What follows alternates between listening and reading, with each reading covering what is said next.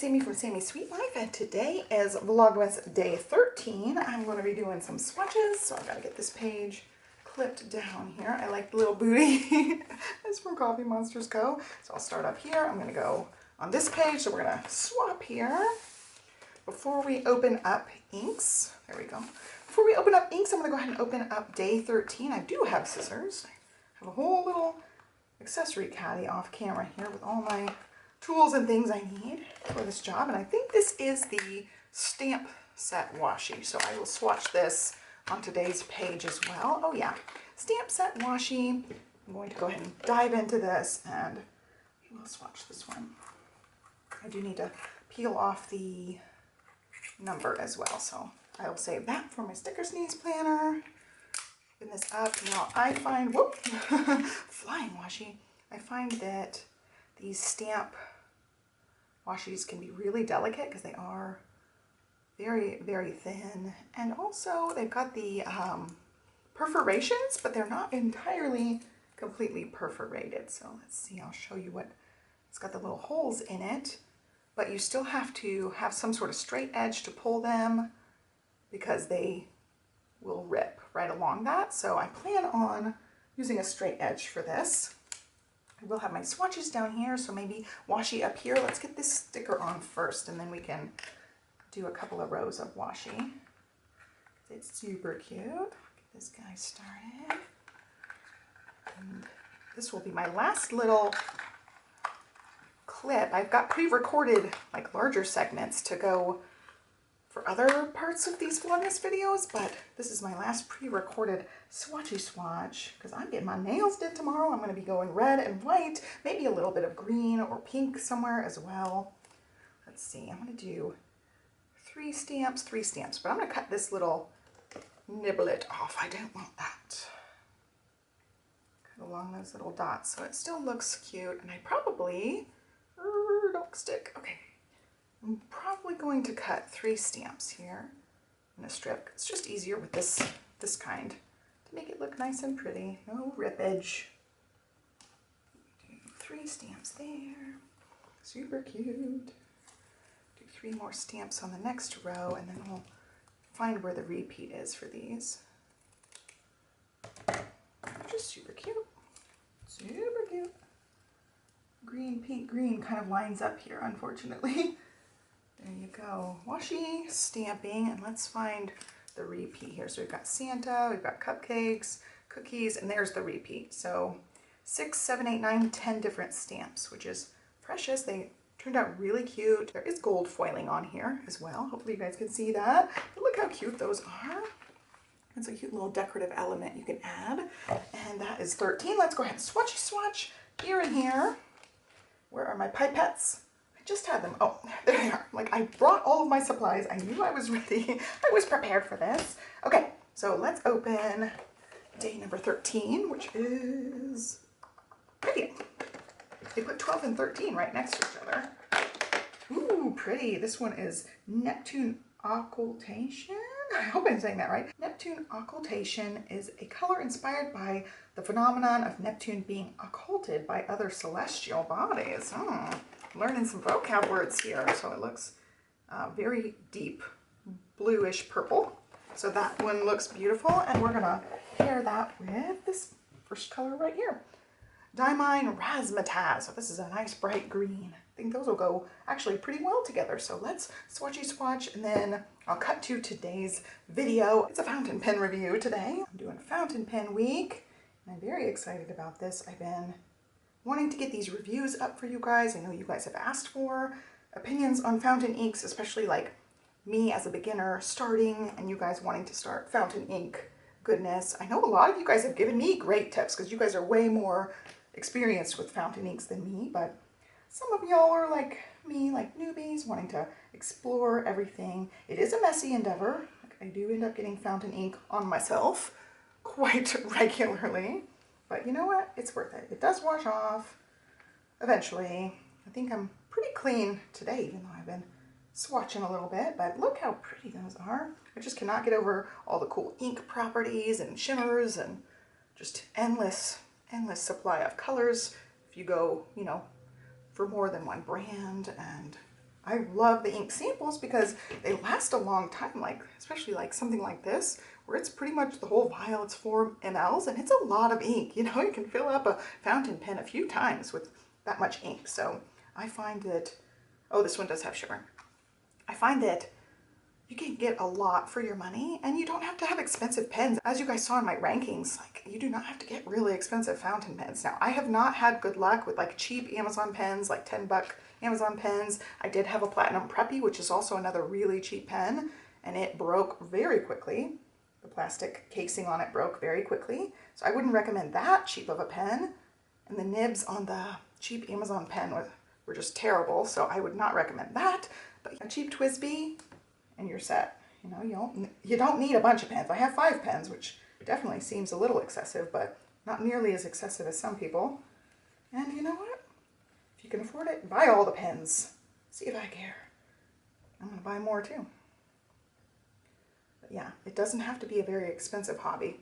I've bought quite a few ink samples, but you know, you can get away with just a couple ink samples and a couple of pens, or even just 1 pen for quite a while. So it doesn't have to be a crazy expensive endeavor. Now, like the fountain pens range from super cheapies, like $10, all the way to like $5,000, which I think's absolutely insane. But if you want a $5,000 fountain pen, go right ahead.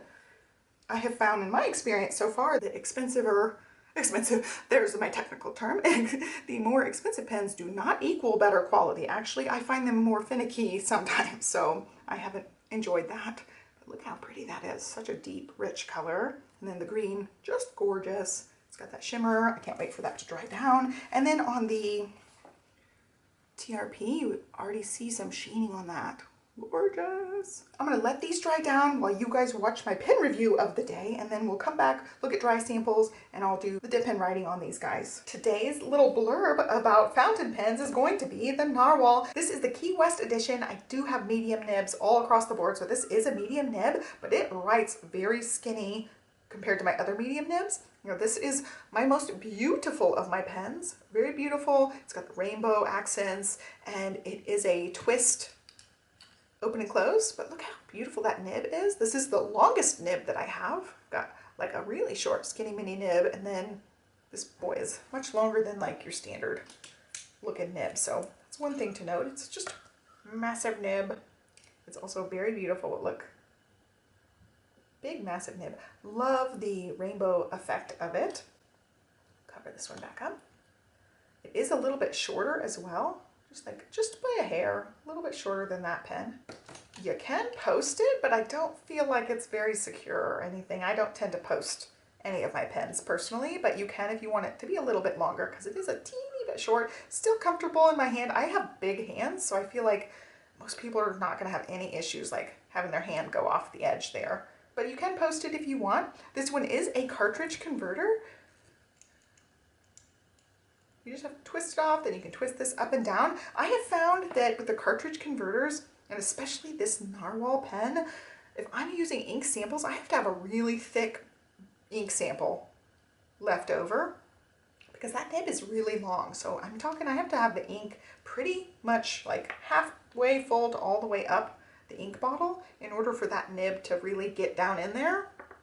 So that's something to note if you're doing ink samples. This one might be tricky. And I found the non-pointy syringes, these are blunt tips, so you're not gonna like poke yourself really hard unless you like really jam it in, but it's just a syringe, and these are for filling up ink pens or, you know, doing stuff with fluids. It's not for like giving yourself shots, but you can pull the ink up with this, unhook the cartridge converter.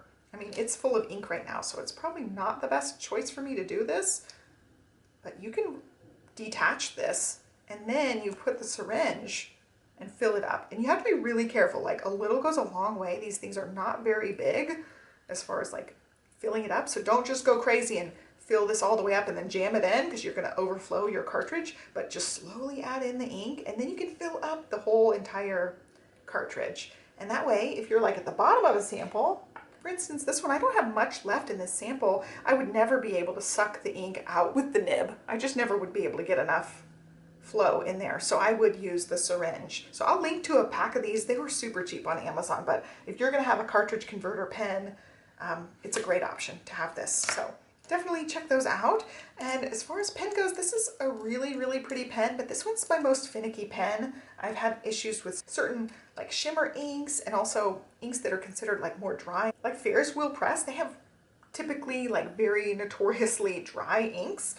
They will not perform as good in this pen. It is a thinner stroke size. It is the thinnest of the stroke size, and it is still a medium nib, but it's definitely way thinner than these other strokes. So that comes into play when you're filling it with like a more dry ink or a shimmery ink. It's just not going to perform nearly as nicely as one of the thicker stroke pens. So it's my least favorite of my 5 pens, but it is beautiful. It is a nice pen.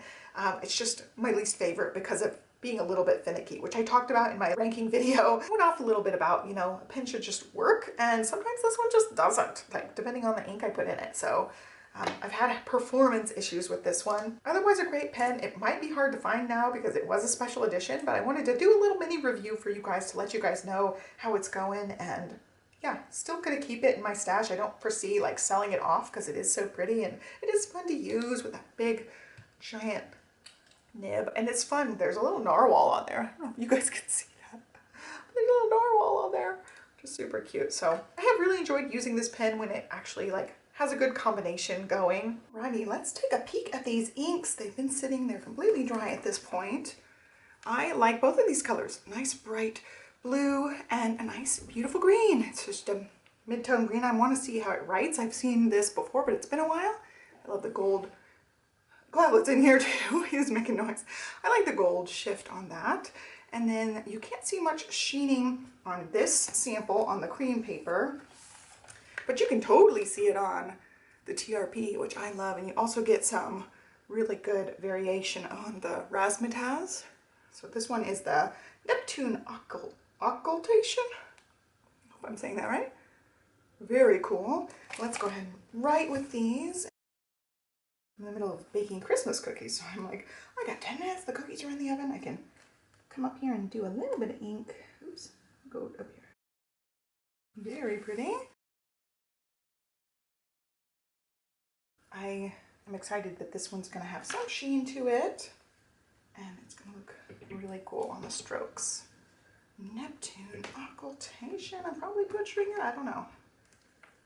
Could be saying it right, I could be totally butchering it. It's a really pretty deep color. I can't wait to see how that looks when it dries. And this is, oh, I did it again down here. So this is 13. Should have been up higher. These are just going to be all over the place. Look at that ink. Very cool. I like seeing the swirls. So far, the Colorverse color band is hitting it out of the park. We're a little over halfway now with the 13. It goes to 24, so we're about halfway there, a little over halfway, and I've just been really impressed so far. All of the inks have been really nice. There hasn't been a single one where I'm like, ew, I won't use that ink. All of them are really pretty, and then of course I picked these colors out for my DIY advent, so of course I like them. Very pretty. There's a helicopter. I can't wait to see on a larger writing sample what that Colorverse color will look like. I can see a lot of the variation there. Not so much sheening, just a touch of sheening here and there, but definite color variation in the strokes. Very light blue parts, with the mid-tone, lightest blue area, all the way to those deep, rich colors. Really, really pretty. So there you go. There is day 13. I hope you guys enjoyed it. Give me a thumbs up, subscribe, follow me along, and I'll be back with another fountain pen review for you guys tomorrow. Have a great day, and I will catch you tomorrow.